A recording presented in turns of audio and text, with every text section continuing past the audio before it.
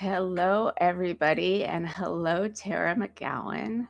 It Hi, is so Sam. nice to see you again. You are the on the leaderboard. You are the leader of the people I've had on here the most times. So you're at number 3, and I thank you so much for giving me the time of day. I just It's feel like I don't know. I really really respect everything that you do and the pace at which you do it, and so thank you You're for your very, time. very kind, Stephanie. It's always a pleasure. You were way ahead of the curve with the name and tenor of this podcast. So from day one, when you first reached out to me, I was like, yes, freedom over fascism. How do you say no? So I'm very grateful for the work that you do and continuing these great conversations that are so necessary right now and keeping your community engaged. So I Yeah, appreciate it. and community is so important, and that's one of the things that I um, am trying to do more of. Um, I feel like there's plenty of people out there doing breaking news, and they're doing a great job. I mean, on Substack, not we Yeah. could talk Yeah. about Yeah. the In the legacy world. media, uh, which but. Uh, there aren't that many of us doing context, and like you are with Gloves Off, and I think that that's a great podcast. So if you guys should go sign up for Gloves Off on YouTube Or wherever you get your or podcasts. wherever you get your podcast, but you can watch it on YouTube. And so uh, um, so the last time we talked was about a year ago, right after the election results had sunk in, and it's worse than we thought it would be.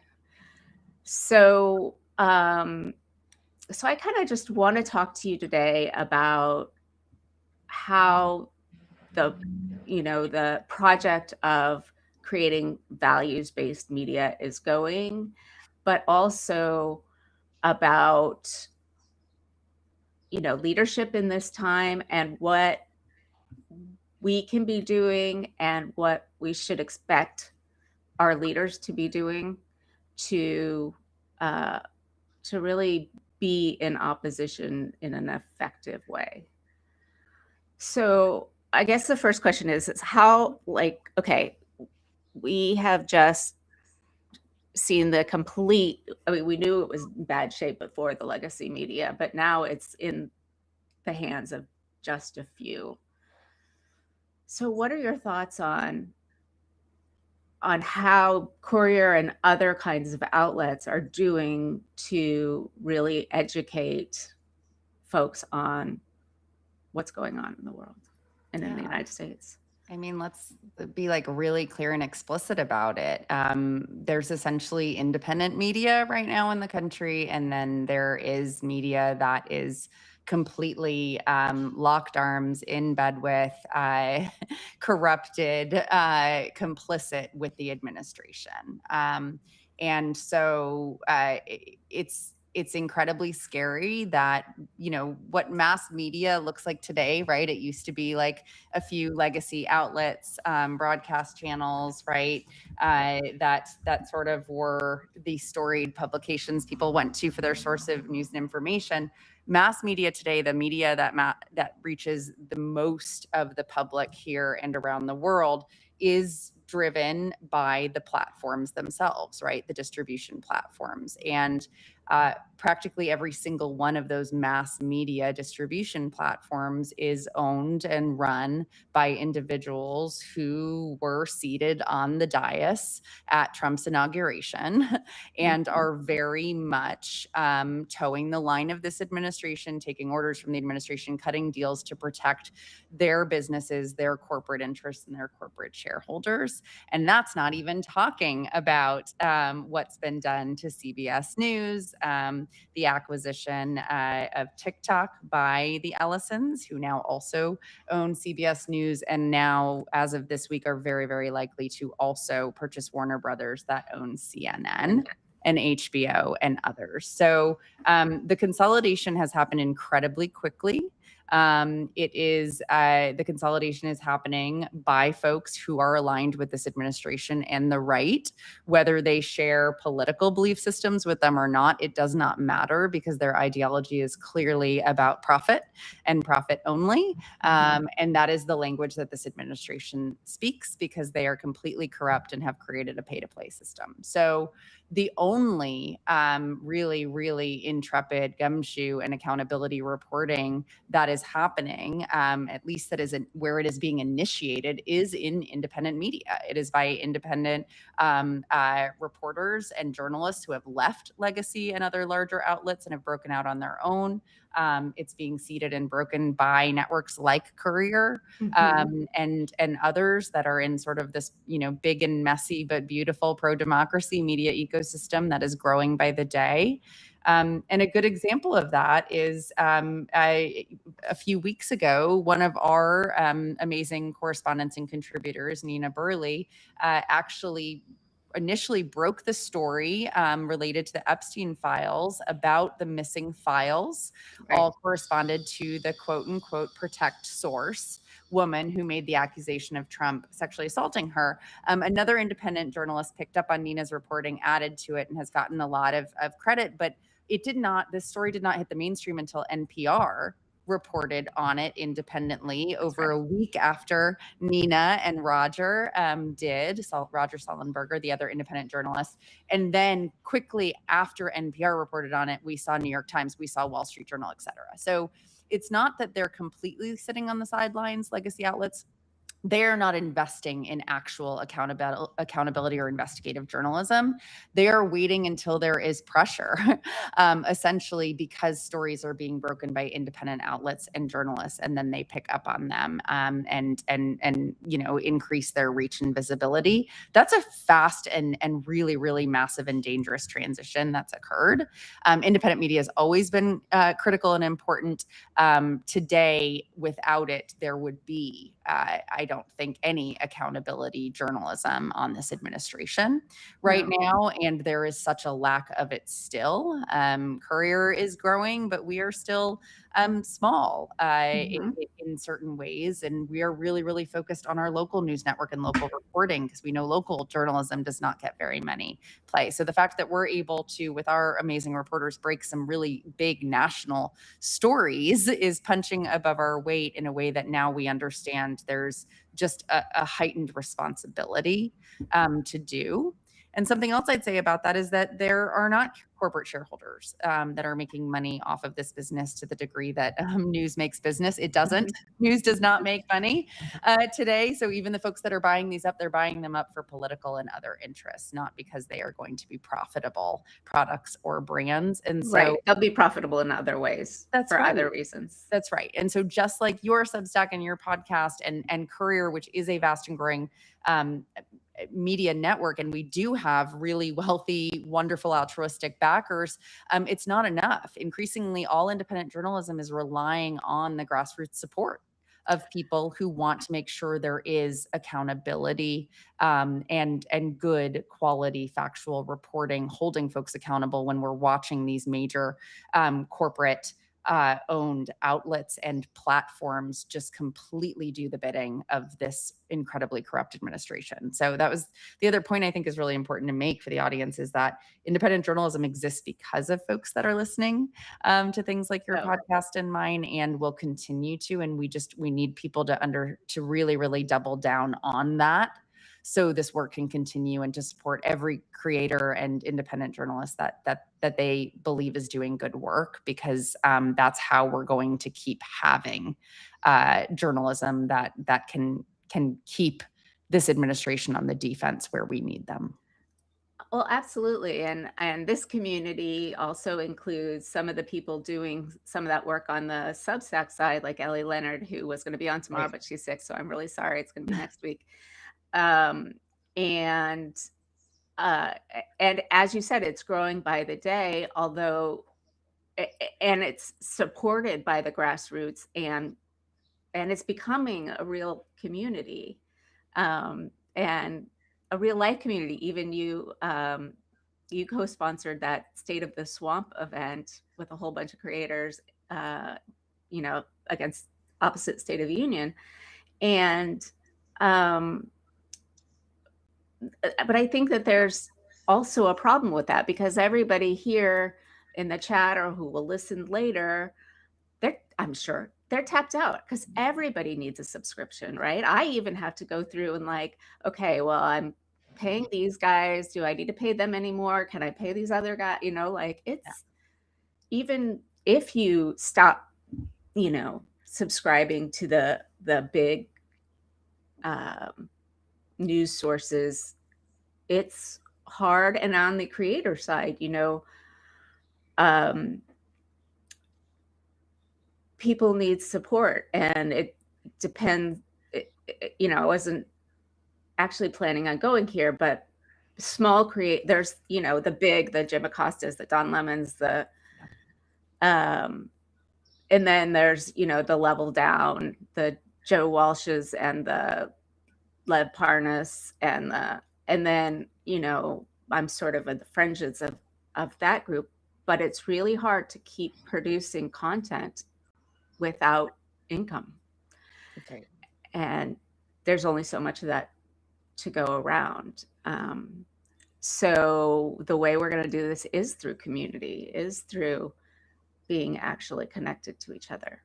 And so, I think that that's a whole different, it's an entirely different model than we've ever had before. There's been independent media. You guys have been around in the for a long time, but I think there's a lot of us out here that only are depending on independent media now, because none of the rest can really be trusted. I mean, the Post and the Times, after NPR picked up your reporting and Allie's reporting, and they get there eventually, maybe, but oftentimes not. And when I talk to people out in the real world, and I follow everything all the day, every day, all the things, and it is amazing to me how many people just have absolutely no idea what's going on, especially out here. I mean, in Minnesota, I'm not in Minnesota, thank goodness. I have friends in Minnesota, but I'm in Massachusetts. So it's a different reality here than it is in a lot of places around the country. And it's easy to sort of get wrapped up in, especially if you have a lot of privilege, in just living, in day-to-day living. No, that's right. And also we run the risk of, always talking to ourselves. I mean, that's obviously something that's very core to Courier's model from day one, was that we did not want to talk to an already very actively engaged audience that proactively informs themselves, consumes a lot of news and political information. That's not how, right? Those are not the audiences, unfortunately, that win us elections, right? Or actually drive folks over the finish line in very close competitive races and things of that nature. It's the folks who are not as tuned in because they have multiple jobs, they have lives, they also just can't and don't want to handle it. I envy these folks, right? Like you and I were talking before we went live, where it's like you have to put your oxygen mask on first. You have to be able to take breaks. The burnout, fear and threat is really real in this line of work. And the stakes feel higher every single day. And that's not just true for those of us who have made this our life's work and our career on top of something we feel passionately about personally, but it's also true of people that are just trying to stay informed and engaged because they're good and alarmed citizens, right?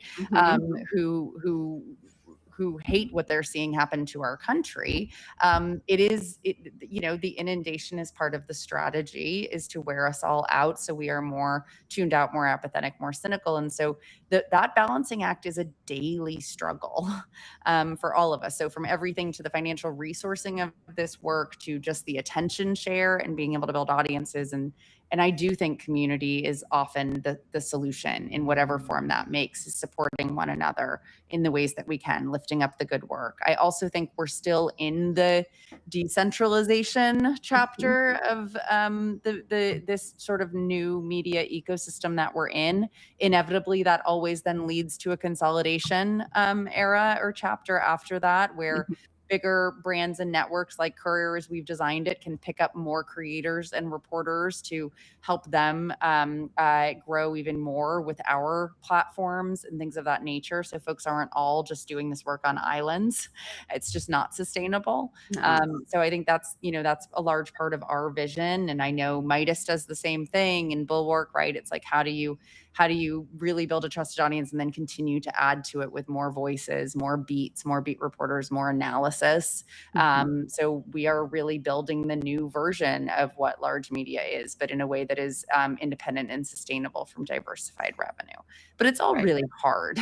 And I think it always has been for independent journalism. It's just that now we're in a position that this country has not been in a very, very, very long time, and certainly never in this iteration with where technology is today and how fast it moves and fast communication moves, where we really are under a government regime that is purely going to be pushing out lies and propaganda, and has been day after day, and is suing anybody or bribing them in other ways to get them to not do this. So it is as dark a period as we often talk about now. The ability to keep good information moving wherever and whenever it can is, I think, the most essential task before us. And everybody has a role to play in that by sharing that information and content, supporting the creators and reporters, and also just making sure that that's the information that they're passing around verbally or socially or through their emails, so folks can get bigger audiences to attract advertisers, other things of that nature. It's not easy, but it's necessary. And I think it's a civic duty now that's gaining more prominence than we've had to worry about in the past, because much more information was free, right? It's just, it's not any longer. And that requires new muscles that we have to build to be able to keep good information flowing, especially to audiences who won't or can't afford to pay for Substack donations or paywall products, where a lot of good information is trapped. Right. Yeah. I don't really, for me, I don't paywall anything, because I think that whatever I and my guests have to say should be shared as widely as possible. But that puts pressure on, the people who are paying for things that they need to pay for to see, as opposed to what they can get for free. That's right. One of the things we talked about at the beginning before we came on live is that how hard it is to get beyond like the breaking news of the day. And, when so much breaks, obviously it's a strategy. It's the strategy. And I actually want to talk a little bit about what you're focusing on with Gloves Off, which is leadership, and how, we've got this grassroots leadership that's big and growing. We've and connecting more. But we have these elected national, and we have a lot of great local and state leaders out there. And there's some, big primaries today. And I would love to get what you think is going to happen with Jasmine Crockett. She was your first guest. I watched that. I did. For the record, I invited James at the same time. His team went back and forth on many threads and ultimately dropped the thread on scheduling. So I did want to have both. I do think they both exemplify Gloves Off leadership in different ways. But James never made it on the show.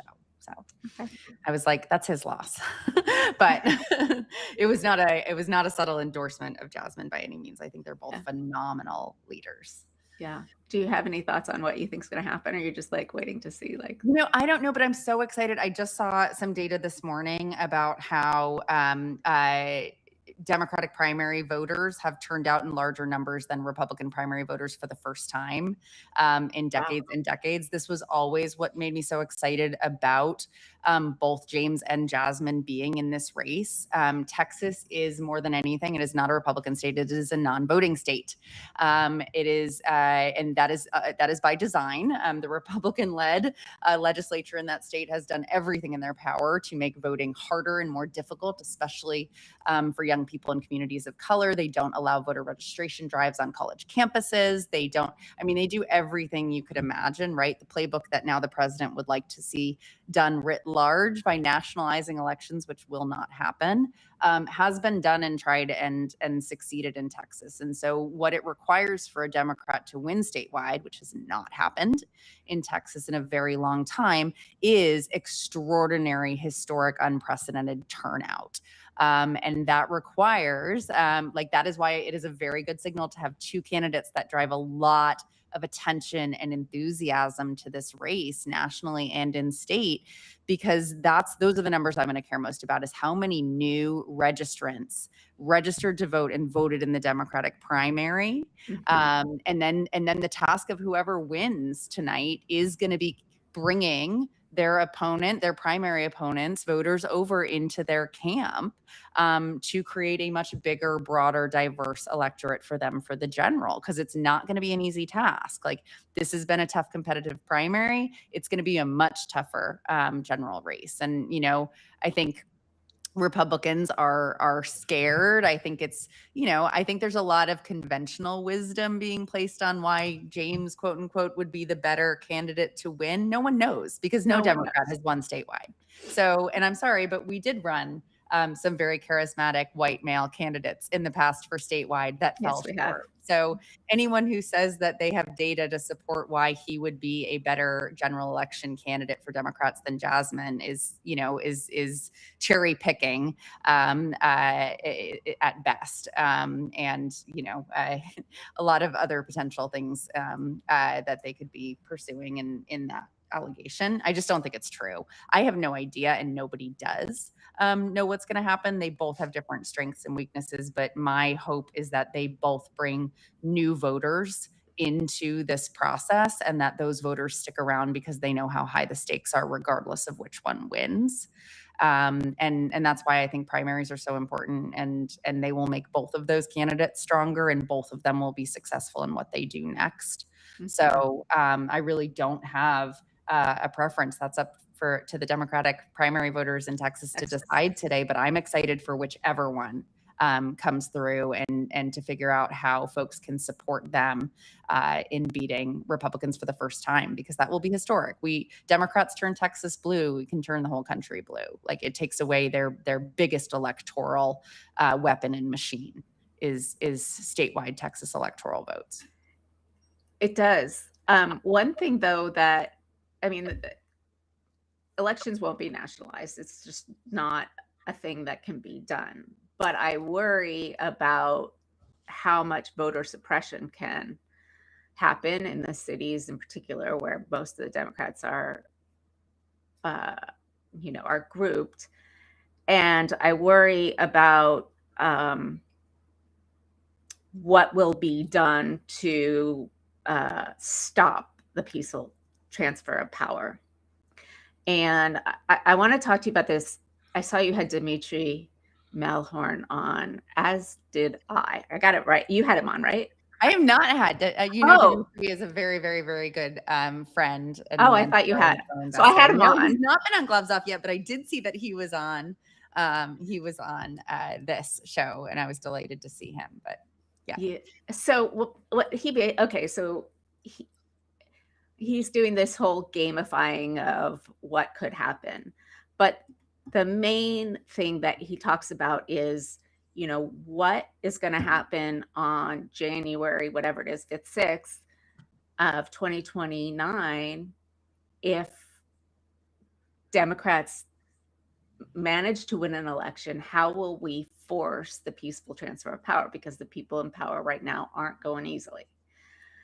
And I wonder if you have any thoughts on what we can be doing now to work on that, both for the midterms and for the presidential that's coming, at the state level. Mostly power gets transferred, although not always, as we've seen in North Carolina and other places.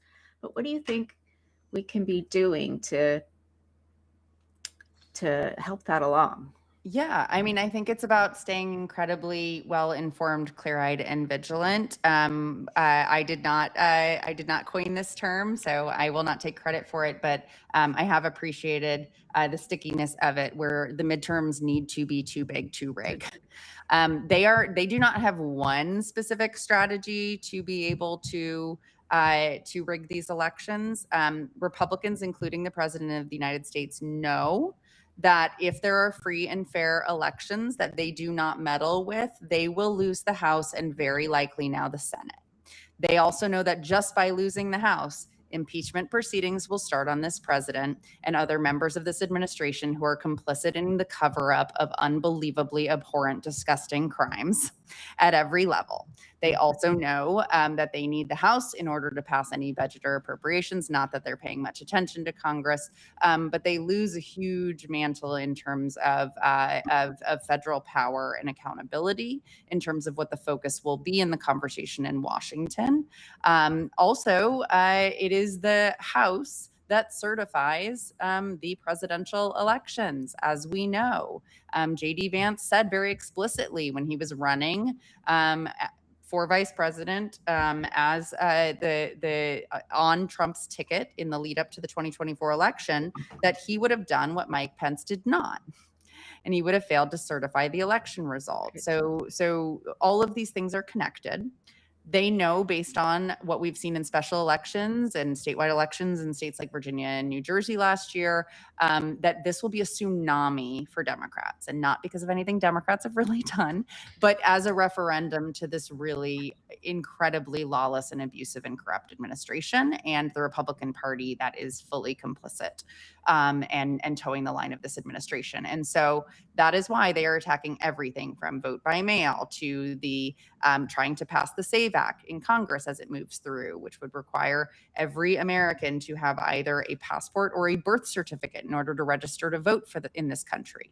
The vast majority of Americans do not have either of those things. I don't have a birth certificate. No. So if you've changed your name in marriage or for other reasons, that is intentional to make it difficult. They want to make it difficult, if not impossible, to vote for as many people as possible. We know that they are stealing voter rolls and records from states like Georgia. They are tampering with this. They want voter data to be able to try to weave an incredibly false, inaccurate narrative about fraud in elections, especially among undocumented Americans, where the evidence just doesn't exist. So there's a few things that have to happen. We need massive, massive turnout. We're already seeing that. We need more emphasis on it. We need folks that always volunteer, that always write postcards or show up and join canvases or knock on doors. We need them to be going to the races that maybe the Democratic Party is not suggesting. We need folks to spread themselves out. We don't want concentration in just the most competitive districts or Senate races. They will have enough resources and support. We want folks to be in some of the under radar races. We want them to think creatively about where they can be, to be poll watchers. There will be huge movements and onboarding campaigns for that. We just need everybody to not bite to not take the bait that they are going to put out to try to fearmonger, especially with ICE deployments around polls as they've been considering. They are losing the redistricting fight they thought they would win. There's also a mass exodus of Republicans in Congress right now. It's Right, almost I saw every another day one new ones yesterday. retire. Yeah. Their numbers are not good, so they are panicking. It's why he's talking about nationalizing the election, which he can't do. It's why there was a leaked executive order that they have on the table that they, of course, have not signed yet, but suggesting that they will declare a state of emergency in this country to potentially delay or cancel indefinitely the midterm elections. Nothing is beneath these people, right? And so we have to all be really clear and pre-bunk that, let people know this is what they're planning, because they're saying it explicitly. So they can't spin the narrative when they lose these elections by a landslide. And also, we need to be really, really lifting up the stories and the voices of folks that are doing the work within their communities on this, because I think that that's also really important, is that people need to know that they are that the numbers are such that that people are showing enormous enthusiasm in spaces that they are like they are on the defense in this. They're not going to be able to figure it out. And there needs to be, and this is what Dimitri's focused on, but there needs to be, and this is not a thing for everyone, but there needs to be plans in place about what happens when they do something like declare a state of emergency, because we've not been in a situation like this, right? Where we're the ones talking about overthrowing a fascist regime in our government. I hope it does not get to that point. But again, I don't think anything is beneath them. And I think that there is a way to corner them. And we've seen, when I was talking about lifting up voices of people, there are a lot of Republicans that have actually come out and said that there is no evidence of voter fraud that is legitimate. There are people that are towing the line of democracy and the Constitution in the Republican Party. Those folks are heroes. They are patriots. That is actually what held the line and ensured a free and fair election outcome in 2020. It was Republicans in Georgia that would not take the president's bribe to find more votes that didn't exist in his favor. These are the folks we need to look to and support because they really are at the front lines of this. I believe it's the governor of, I want to say, it's Oklahoma or Kansas, I should know this, but who's the head of the National Governors Association, who when Wes Moore was like disinvited to the president's dinner for governors, he came out and said, absolutely not, that none of us are going if a few folks are not going to be invited. And he has been outspoken about the fact that I think he's supporting the SAVE Act in theory, but I heard him on NPR the other day say explicitly that there is no evidence to back up this claim that there is widespread voter fraud. So folks like that are really powerful messengers in a way sometimes folks like me and you aren't to some of the more independent or less tuned in voters. So I think that's a critical piece of the puzzle. Yeah, it is. I mean, one of the things when we're talking to ourselves is we are building a choir to go out and talk to other people. But when they have folks who are also pro-democracy, I think it matters a lot and gives a permission structure for people to change their And it was the Republican governor of Oklahoma. Just so I fact check myself there. So Oklahoma Governor Kevin Stitt. So I was happy to hear him say an honest, factual thing.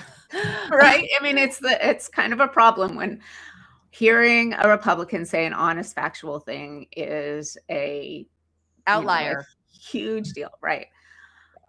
Although one of the things that you said is where it's true that we all need to get out and we need to volunteer.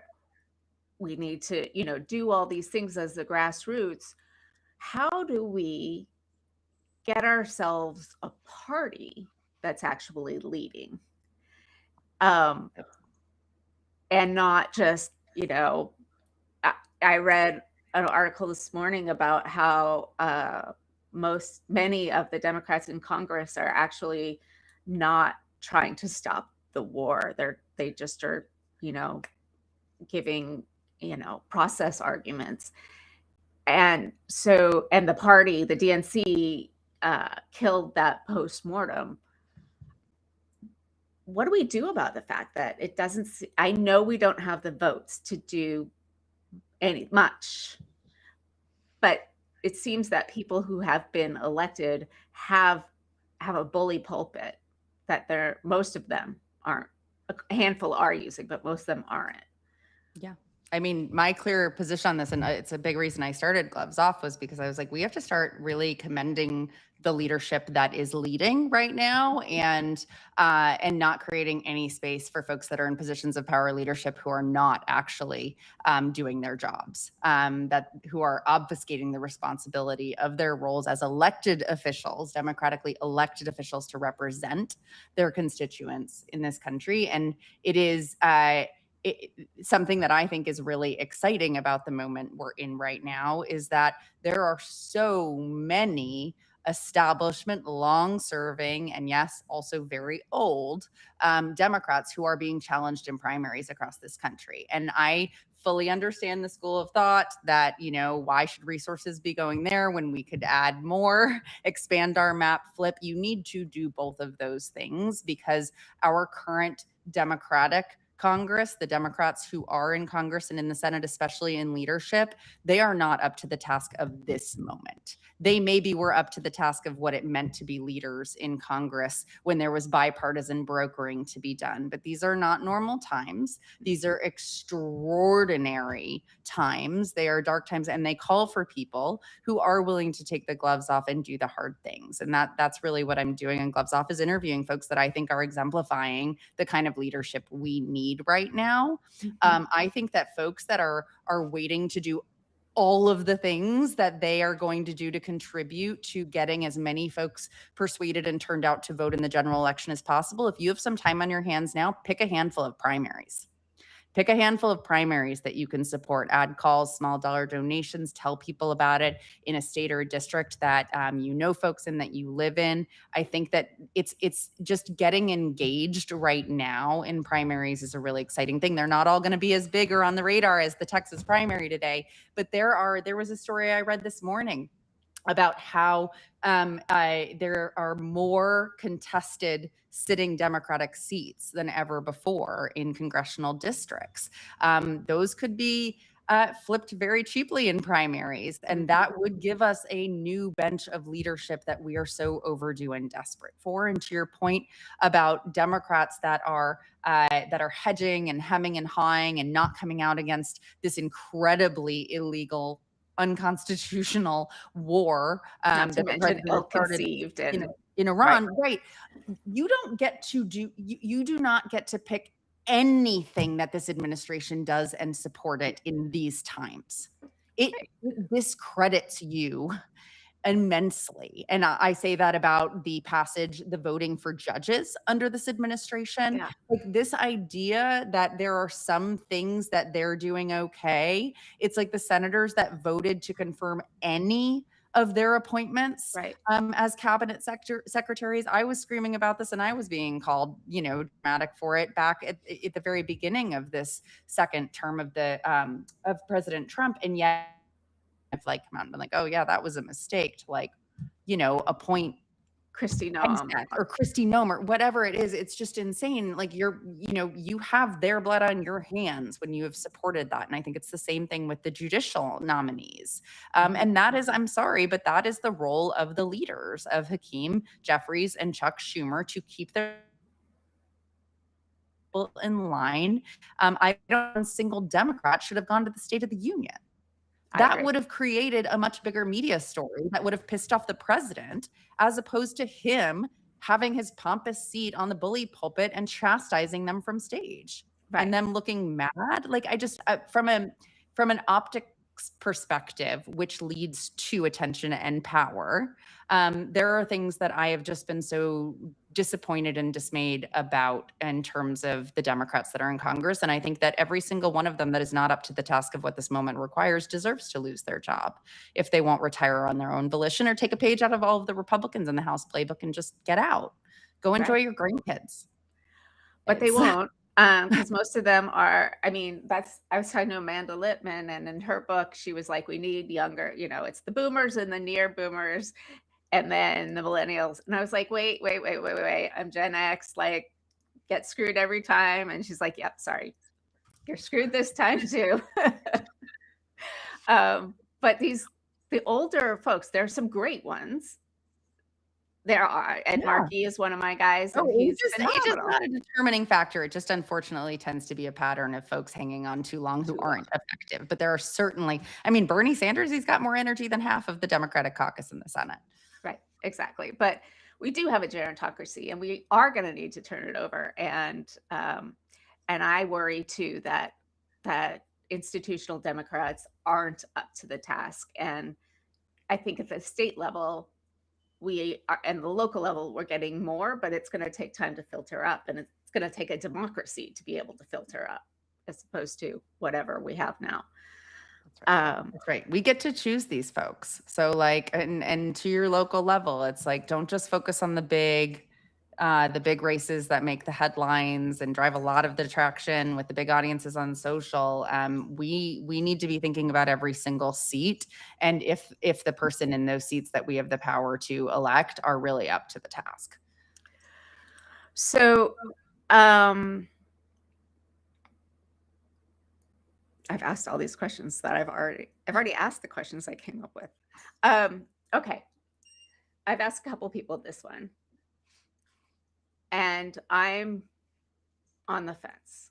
So can we vote our way out of this? Or is it too late? I mean, it's necessary, but is it sufficient? It's necessary and it's not sufficient, is my answer. I believe that we all need to expand our toolkits and our understanding of what tools we have accessible to us. I think a big one is consumer power and economic boycott. We know that these folks and this administration, money talks more than anything else. We saw this with Disney and Paramount's reversal on Jimmy Kimmel, with the uproar on that. We have seen the traction that the banned episode of Stephen Colbert with James Tallarico got in terms of virality and views after the FCC threatened them to not publish that. Folks want freedom of speech in this country. They need to know the companies that are supporting and enabling the administration, especially ICE operations. And they need to make it's when just regular American people understand the power they have with their wallets and how to use it, and are willing to make some sacrifices in terms of convenience. I'm talking Amazon. I struggle with this one. I know everyone does.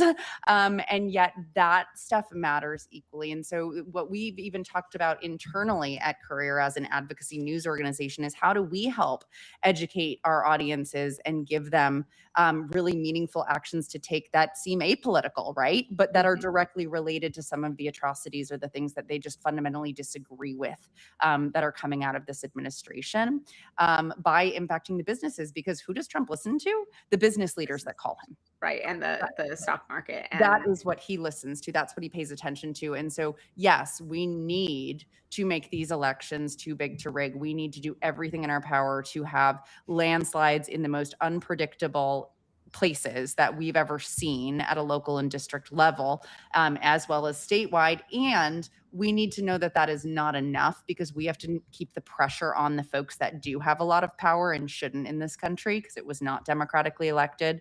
And that is these corporate executives and shareholders that do have the ear and the bidding of this administration. So it's a both and that's going to continue. We're going to have to keep growing and diversifying our arsenal, our toolkit of what we need to do this, because they are lawless. Yeah, so they're completely, they don't care what the Constitution says. They don't care what the laws in the book say. They're bribes. And we cannot give them what they want, which is for us to be fearful, apathetic, cynical. Anytime you're feeling any of those things, be like, that is how I want, that's how it wants me to feel. So I am not going to that way. I am going to be brave. I am going to do more. I am going to step after Renee Good and Alex Preddy's murders, that more people came out into the streets to protect their neighbors. More people signed up for trainings on how to observe ICE in their communities. That's what we have to keep doing, is showing that we will not be afraid and we will not bow down to this corruption. And then they can't win. It was actually Kara Swisher said it on my podcast a few weeks ago. She was like, it never ends well for these guys. Like, who knows how long it'll take? There'll be a lot of damage. There'll be a lot more destruction, but it never ends well. Like, good will prevail, but we are the good that have to prevail. And I was actually surprised, because she's usually not that optimistic. No, she's actually quite dry and dark usually. And she was telling me on the podcast called Gloves Off I started that I needed to not lose hope. And I was like, okay, Kara, let's go. Yeah, So she's right. She's right. It doesn't end well for them. it doesn't. And I think what we don't have in the United States is a really good understanding of long time frames. You know, there are some Right. civilizations that think in much longer event horizons than us. And mostly we're thinking about the next 15 hours as opposed to 15 years or even, decades. And I think that that's going to need to change. Uh, and I think we need, like we were caught so flat footed by Project 2025. It's been in the freaking works for 50 years. I mean, it's ridiculous that we didn't know. And so I want us to be coming up with like a tricentennial plan for 2075. What do we want this country to be? And I worry that because of just the way we are as Americans and the short attention span and the particularly short attention span of the Democratic Party that thinks in terms of cycles and not in terms of power building, that we're not going to get it. But I'm hoping that enough people who understand will come in. So Kara thinks that over time these guys don't prevail. What's your thought on, I guess, what's your theory of change? How is this going to work in the long term? Like, you said all these things that we can be doing, and all of those are true, and all the things that, we need to be communicating, and all of those are true, and what our elected officials need to be doing. But is there more that is there a plan that we should be making as opposed to just like doing all the things all the time?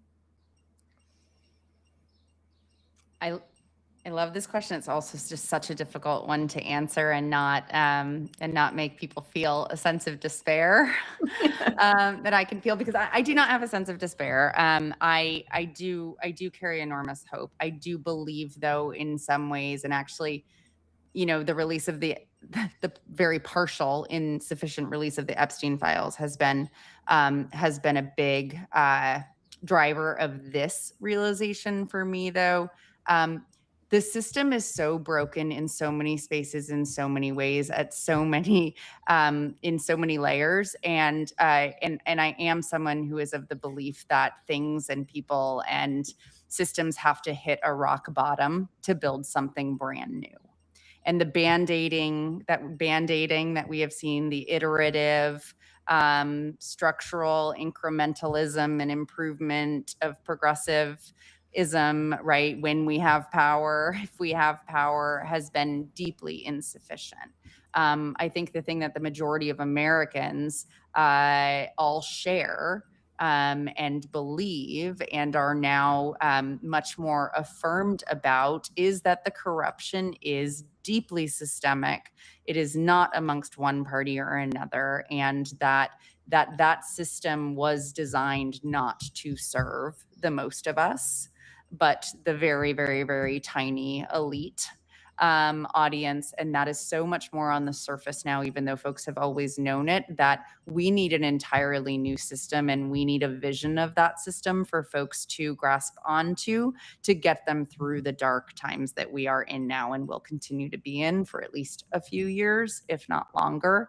And so I don't have that crystallized vision to share with people. I know that it won't be just one person, but it will take leadership that are willing to come out with that vision. I mean, I think what we saw with Zohran's incredible campaign was that he could stay focused on what mattered to New Yorkers and also be brave and bold in opposition and masterful power moves in dealing with the administration to protect New Yorkers from retribution from the president. Like that, I will always point out his incredible leadership. I think he is a once in a lifetime transformative leader in how he's handled himself, but that can have a real ripple effect. And they don't have to share the same policy solutions or ideals either. But I do think that we have to be able to do both, and we need to support leaders and lift up leaders who can do both, as he exemplified.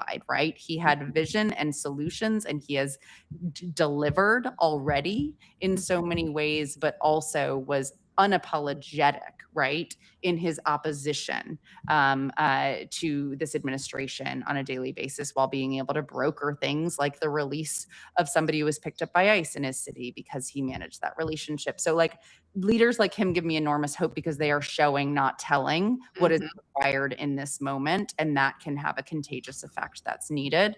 I don't know what is going to happen. I am not Pollyannish about anything. I've always been deeply worried that they are not going to leave on their own volition, regardless of massive election outcomes. And so what that requires of us is very difficult to talk about. And it doesn't require it of everyone, but there needs to be a really, really formidable and effective opposition that gets them out. And it's going to need leaders who are very brave. And I don't think that we should be looking for those leaders in Congress today. I mean, I think there's maybe a handful that are even thinking properly about that, but that's clearly not anyone who thinks things are going to go back to some sense of how they used to be, I think, are wildly out of touch. If you can't imagine a new system and how to get us from A to B, you're not going to be a leader in this next chapter. I think that's true.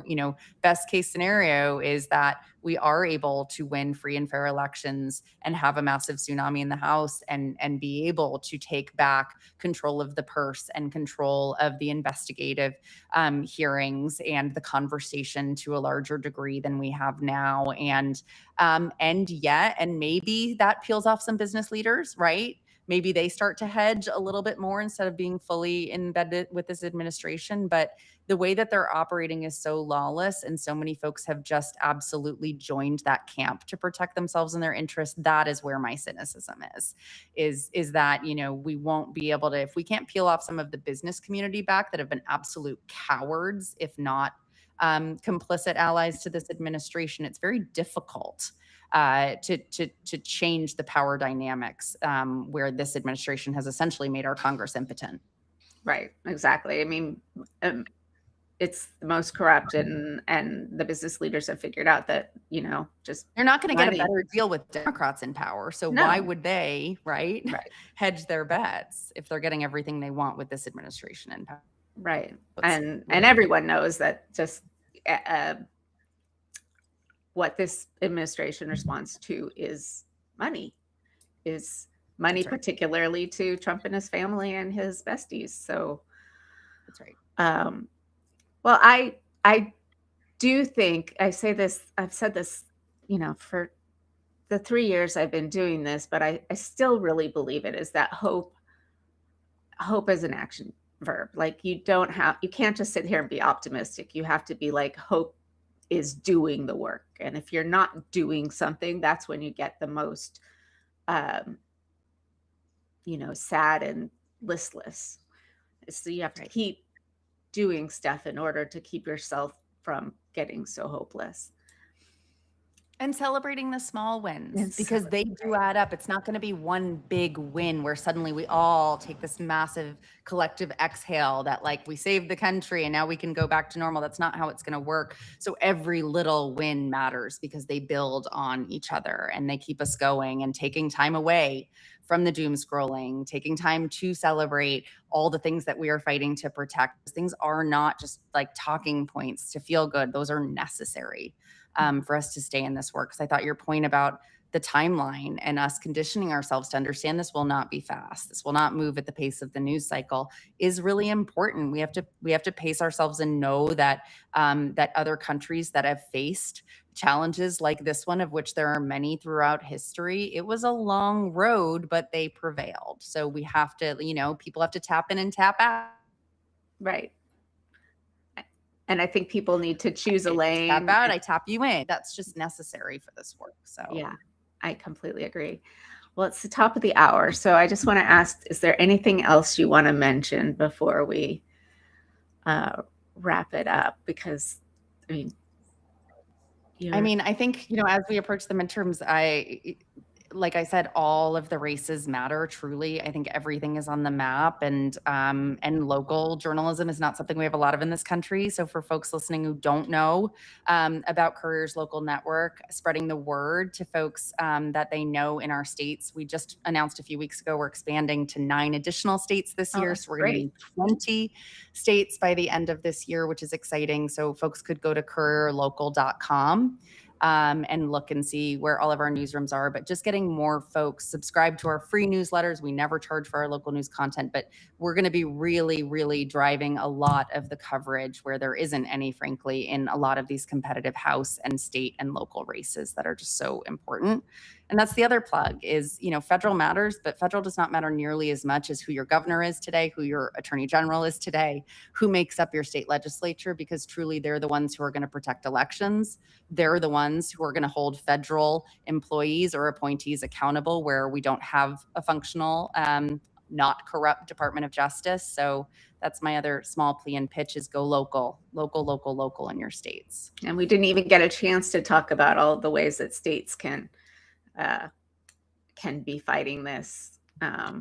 There's a lot. You talked to Chris I want more of them to step it up. We're seeing that a little bit in New Mexico with what they're doing on the on the Epstein investigations. But yeah, there's a lot more that governors and AGs could do, and I hope they do step up.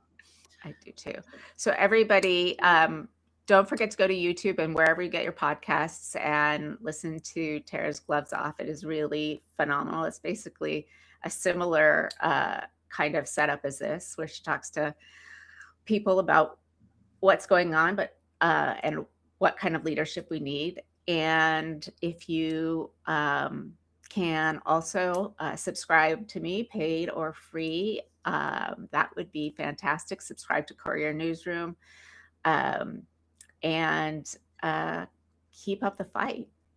So thanks so much. Thank you so much for everything you do, Stephanie. Really appreciate it. Thank you. I mean, I don't know. I look up to you so much.